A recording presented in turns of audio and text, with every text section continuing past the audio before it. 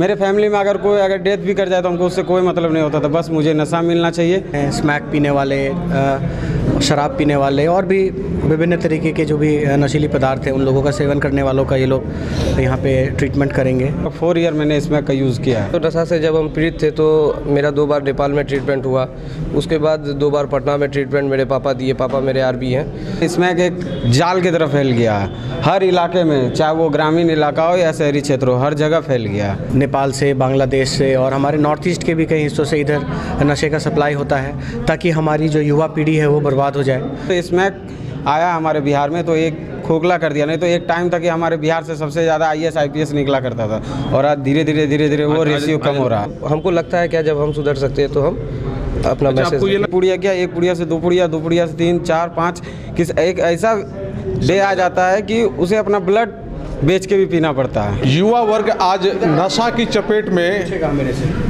पहुंचता जा रहा है और ख़ास तौर से स्मैक, गांजा, भांग, पता नहीं कितने तरह की नशाएं होती हैं और वो युवा पीढ़ी कर रहे हैं। उससे बचाने के लिए, युवाओं को नशा से बचाने के लिए एक संस्था खोली गई है, पूर्णिया के कप्तान पाड़ा में है और यहाँ नशा मुक्ति केंद्र में वैसे आदि बच्चे, नशे से जो आदी हैं उनको नशा मुक्त किया जाएगा। उनको आदत से एक तरह से हम कह सकते हैं कि ट्रीटमेंट के जरिए उससे दूर किया जाएगा।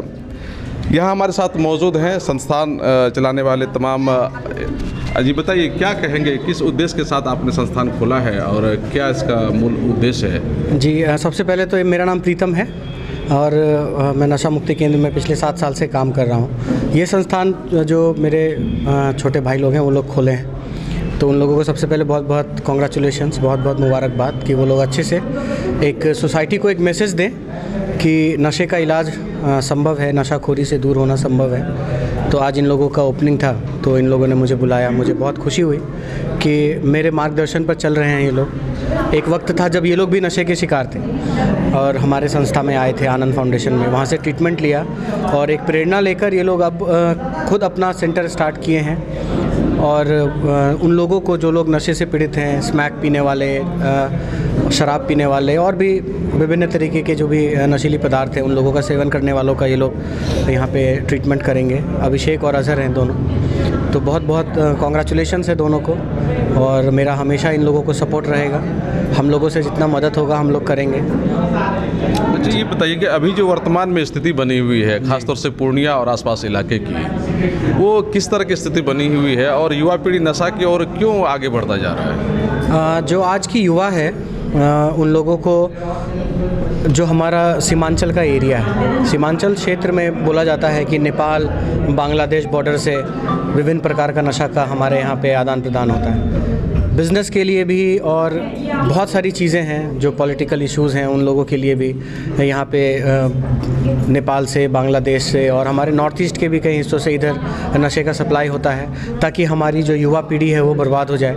इन लोगों का एजुकेशन, इन लोगों का करियर, इन लोगों का शरीर, इन लोगों का जो पूरा का पूरा संपूर्ण विकास होता है वो बंद हो जाए, ख़त्म हो जाए और सिर्फ एक नशेड़ी जो नशा करता है वही नहीं बल्कि उनका एक पूरा परिवार, हमारा पूरा समाज, हम सब पीछे चले जाएं।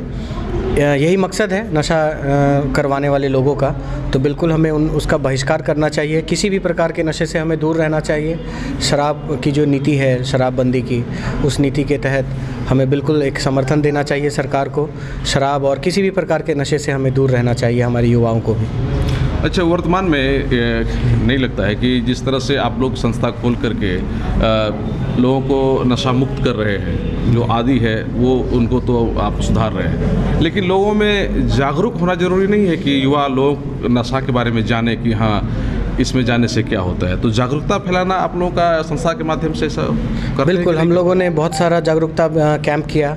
जब राहुल कुमार हमारे डिस्ट्रिक्ट मजिस्ट्रेट थे, उनके साथ हम लोगों ने बहुत सारा कैंप किया है। सुहर्ष भगत सर के साथ भी, जो राजकुमार सर हैं, जो पंचायती राज पदाधिकारी, बाईसी में, अमौर में और भी कई जगहों पे हम लोगों ने जागरूकता अभियान के लिए कैंप किया और भी आने वाले दिनों में हम लोगों ने प्लान किया है दयाशंकर सर जब थे तो उनके नेतृत्व में भी हम लोगों ने बहुत सारा अवेयरनेस कैंप किया था। तो ये लगातार चलता रहा जी बिल्कुल, ये पिछले 2-3 साल से चलता आ रहा है। हम लोग कैंप कर रहे हैं, लोगों को जागरूक करने की कोशिश कर रहे हैं। बहुत सारे स्कूल्स में हमने किया है, बहुत सारे कॉलेजेस में हमने किया है। अब जैसा कि ग्रामीण क्षेत्रों में भी नशा फैलता जा रहा है, बढ़ता जा रहा है, तो वहाँ भी हम लोगों ने शुरू किया है। अच्छा ठीक है, बहुत सारे बच्चे अभी भी प्रभावित हैं, तो उनके परिवार भी परेशान रहते हैं, आपने भी कहा। वो लोग अगर संपर्क करना चाहें इस संस्थान से तो कैसे करेंगे, कैसे यहाँ आकर के इसका सेवा ले सकते हैं? बिल्कुल, यहाँ पे जो अभी इनके संचालक अभिषेक और अजहर हैं, इन लोगों का नंबर है। इन लोगों ने एडवर्टीज़मेंट भी किया है कई जगहों पे। आप लोगों के माध्यम से इन लोगों को एक मैसेज पहुँचेगा पीड़ित परिवार को कि नशे का भी इलाज संभव है और ये लोग बिल्कुल यहाँ पे आके मदद मांग सकते हैं। और जहाँ तक होगा हम लोग मदद करेंगे, मदद कर भी रहे हैं और बिल्कुल इन लोगों की सपोर्ट में रहेंगे। चलिए शुक्रिया, आपने बहुत अच्छी जानकारी दी। हम कि नशा कितना खतरनाक चीज़ है, क्या जानते हैं नशा के बारे में? जब सर मैक्सिमम आज से 8 ईयर पहले हम नशा शुरू किए थे तो हमें पता नहीं था कि धीरे धीरे हम उसके एडिक्ट हो जाएंगे, उसका लत लग जाएगा, आदत लग जाएगा। हम एक अच्छा ज़िंदगी जी रहे थे। जब हम 11th-12th किए तो एक अच्छे माध्यम से पढ़े, CBSE बोर्ड से पढ़े, साइंस लेके पढ़े और अच्छे रैंक से पास किए। तो उसके बाद मेरे माता पिता चाहते थे कि ये इंजीनियर बने, तो मुझे बाहर नोएडा भी भेजे। मेरे भाई साहब पीछे खड़े हैं, उनके पास भेजे पढ़ने के लिए। लेकिन इस नशे के चपेट में आने से, दोस्त यार सर्किल की वजह से मैं धीरे धीरे करके वहीं से एक नोएडा से धीरे धीरे करते करते नशा के चपेट में आप आए कैसे आ गए? नशा के चपेट में जैसे कि एक होता है कि डिप्रेशन या किसी तरह का समस्या को हम झेल नहीं पाए तो हमको नशे की तरफ हम कदम बढ़ा दिए। कोई दोस्त होगा आपका जी जो कि कहता होगा जी कि हाँ वो एक दिन मुझे बुलाया, मैं खुद गया और गया जब क्या कहता उसने मुझे पिलाया तो मुझे अच्छा लगा। तो उसके बाद फिर मुझे आदत पड़ गई, मैं उसे खोजने लगा। जब नहीं मिलता था तो पूरा बेचैनी होने लगता था, शरीर में पूरा पेन होने लगता था, चिड़चिड़ापन सा लगने लगता था। मैं स्मैक पीता था, लगभग 4 ईयर मैंने स्मैक का यूज़ किया है। तो अब आपको छोड़ करके कैसा लग रहा है? छोड़ के सर बहुत अच्छा ज़िंदगी लग रहा है। एक टाइम तक बिना नशा का ना हम खा पाते थे, ना सो पाते थे, ना रह पाते थे। मेरे फैमिली में अगर डेथ भी कर जाए तो हमको उससे कोई मतलब नहीं होता था, बस मुझे नशा मिलना चाहिए, मुझे उससे ही मतलब था। मेरे नशा ही आपकी ज़िंदगी बन गई थी? जी, नशा पे हम एक बोलते हैं डिपेंड हो गए थे पूरे तरह से। यानी कि स्मैक जो है वो आपको पूरी तरह से गुलाम बना लिया? जी, अपने चंगुल में मुझे फंसा लिया था। एक तरह से हम उसका गुलाम ही बन गए थे और उसकी गुलामी ही कर रहे थे। ये बताइए, कोई अगर नशा का स्मैक का गुलाम बन जाता है जी तो एक दिन में कम से कम कितने रुपए उसको खर्च करना पड़ जाता है? सर अगर जो शुरू करता है तो शुरू से उसका डोज नहीं बढ़ता। शुरू से वो एक पुड़िया, जैसे कि मैं अपना बता रहा हूँ, एक पुड़िया से शुरू करते हैं, धीरे धीरे करके उनका डोज बढ़ने लगता है, उनका बॉडी रिक्वायरमेंट बढ़ने लगता है। एक पुड़िया क्या, एक पुड़िया से 2 पुड़िया, 2 पुड़िया से 3, 4, 5, एक ऐसा डे आ जाता है कि उसे अपना ब्लड बेच के भी पीना पड़ता है। एक ऐसा डे जब पैसा नहीं मिलता तो चोरी करते हैं। आज के दिन में हम लोग यहाँ से भी देखते हैं, जब से ये सेंटर लगभग यहाँ काम जब से स्टार्ट करवाया, यहाँ तो बहुत सारा दिन ऐसा होता है, मोबाइल छीना जाता है तो बहुत सारा केस देखते हो जाता है, बाइक चोरी हो जाता है। कभी यहाँ से भी बगल में हॉस्पिटल, वहाँ से बाइक चोरी होता है। तो ऐसा केस बनता रहता है। खास करके जब से स्मैक आया हमारे बिहार में तो एक खोखला कर दिया। नहीं तो एक टाइम था कि हमारे बिहार से सबसे ज़्यादा IAS IPS निकला करता था और आज धीरे धीरे वो रेशियो कम हो रहा है। आज नशेड़ी निकल रहा है। जी, आज रेशियो कम हो रहा है। हमारे पूर्णिया में 98% आप खुद देखते होंगे, रोज़ ऐसा केस आता है, कभी दालकोला, कभी बाईसी, कभी मरंगा, कभी जनता चौक। रोज़ कहीं ना कहीं स्मैकर या शराब सप्लाई या गांजा सप्लाई, ये आप देखते ही होंगे। ये मिल जाता है कैसे, बेचता कौन है इसको? ये सर एक चेन की तरह चलता है। इसमें एक चेन है। इसमें क्या, कोई भी नशा हो, कोई भी नशीली पदार्थ हो, वो एक चैन की तरह चलता है कि नए युवा पीढ़ी को खींचता है। ये नए युवा पीढ़ी को उसको 1-2 दिन पिलाया, उसके अपने चंगुल में लेके आया, उसको अपने चंगुल में उसके धीरे धीरे करके वो खुद उसके आदी बन जाते हैं। तो अब उनको पीने के लिए चाहिए। अब जो गरीब घर का लड़का है उसको तो पीने के लिए पैसा उतना होगा नहीं, तो वो क्या करते हैं, उनको अपना एक स्टाफ मानिए उसको नशे के फेर में फंसा के अपना दे रहे हैं। वो स्मैक धीरे धीरे उसको दे रहे हैं, धीरे करके फैलते जाता है। स्मैक या नशा का जी सामान बेचने वाला लोग है जी, वो खुद एक चेन बनवाता है जी, पहले पिला करके आदत बना डालता है जी, फिर उस चेन के माध्यम से बिक्री करवाता है जी। एकदम उसी तरह संचालित होता है सर, खास करके ये स्मैक का धंधा। और आप खुद देखेंगे पिछले 8 ईयर में हमारे पूर्णिया में स्मैक एक जाल की तरफ फैल गया है। हर इलाके में, चाहे वो ग्रामीण इलाका हो या शहरी क्षेत्र हो, हर जगह फैल गया है। सब जगह फैल गई। जी। ये कितना दुर्भाग्यपूर्ण है कि युवा बहुत हमारा बहुत बर्बाद हो रहा सर, है। बहुत हमारा युवा बर्बाद हो रहा है सर। आज के दिन में हम आपको बताएं जो कि हमारे बिहार सर जो लेवल पे था उससे पूरा डाउन हो गया, डाउन जा रहा है। क्या क्या कहेंगे इस तरह का जो नशा है, कितनी जानकारी है आपको नशा के बारे में और क्या करना चाहिए युवाओं को? हम भी पहले मतलब ऐसे ही थे, घर में पैसा चोरी करते थे, उसके बाद फिर धीरे धीरे करके कोडिन से फिर स्मैक वगैरह सब लेने लगे।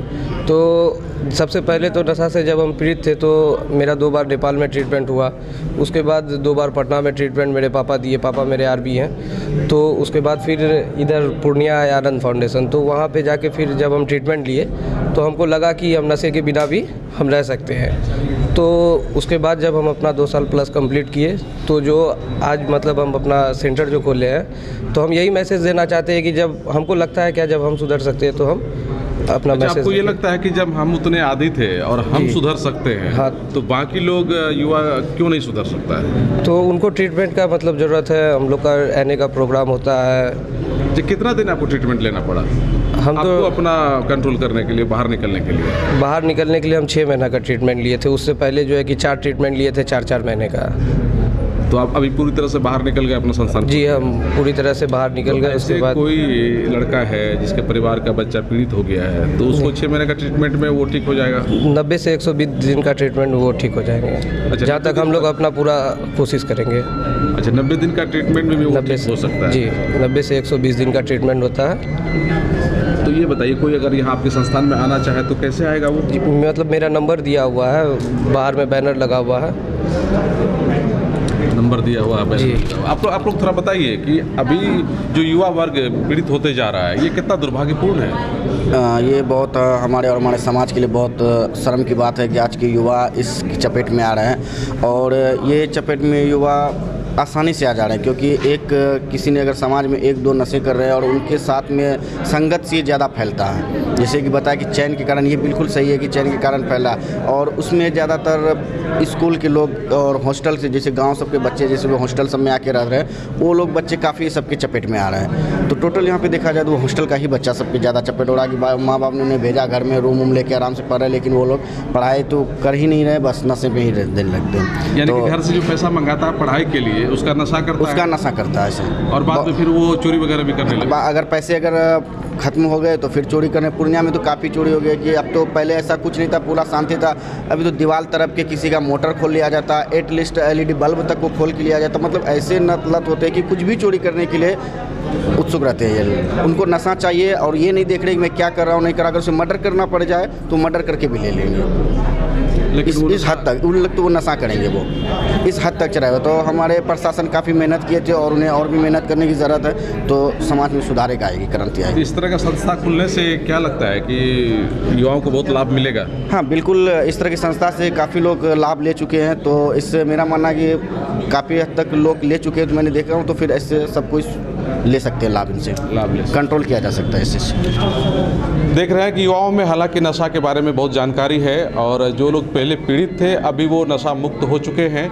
तो वैसे लोग अब मैसेज दे रहे हैं कि आप इसके आदी मत होइए, क्योंकि अगर आप इसके आदी होते हैं तो आपकी ज़िंदगी तो तबाह होती ही है, साथ ही साथ आपका परिवार और आपका समाज, इस दोनों को भी आप बर्बाद कर रहे हैं। तो निश्चित रूपेण आपको भी ये समझने की ज़रूरत है कि आपका बच्चा हो, आपके आसपास के बच्चे हों, वैसे लोग इस तरह के चेन के सिस्टम में ना पड़ें। इसलिए सतर्क रहिए अपने बच्चों के प्रति, और जिनके बच्चे इसमें पीड़ित हो गए हैं और आप परेशान हो रहे हैं, तो उनके लिए अच्छी खबर है कि आप इस संस्थान में आकर के अपने बच्चों का एडमिशन करा लीजिए। लगभग 90 से 120 दिन के इलाज उपचार में आपके बच्चे रिकवर कर जाएंगे, ठीक हो जाएंगे। कोशियालों के लिए सुमित के साथ मैं Sanjay Kumar. Aryabhatta Institute of Technical Education, जो आपको देता है 100% जॉब की गारंटी। अब आप भी बन सकते हैं ग्रामीण डॉक्टर। जी हाँ, आर्यभट्ट लेकर आया है CMS and ED course. CMS and ED course करें और ग्रामीण डॉक्टर बने। रेगुलर एंड डिस्टेंस कोर्स करने के लिए आज ही संपर्क करें Aryabhatta Institute of Technical Education, Kaptan Para, near Durga मंदिर, पूर्णिया। Contact number 7739023553। मां पंचादेवी हॉस्पिटल डॉक्टर AK गुप्ता द्वारा बिहार के प्राइवेट सेक्टर का पहला फाइब्रोस्कैन मशीन इकोसेंस द्वारा फैटी लिवर की जांच के लिए पूर्णिया में पहली बार लेजर मशीन द्वारा फाइल्स, फिशर्स, फेस्टुला का ऑपरेशन, स्टेपलर द्वारा सर्कमसीजन का ऑपरेशन। बिल्कुल सरल तरीका, बेहतर सेवा। हमारा पता NH31 लाइन बाजार पूर्णिया। किसी भी तरह की जानकारी के लिए डायल करें 9934 677 891। मां पंचा देवी हॉस्पिटल,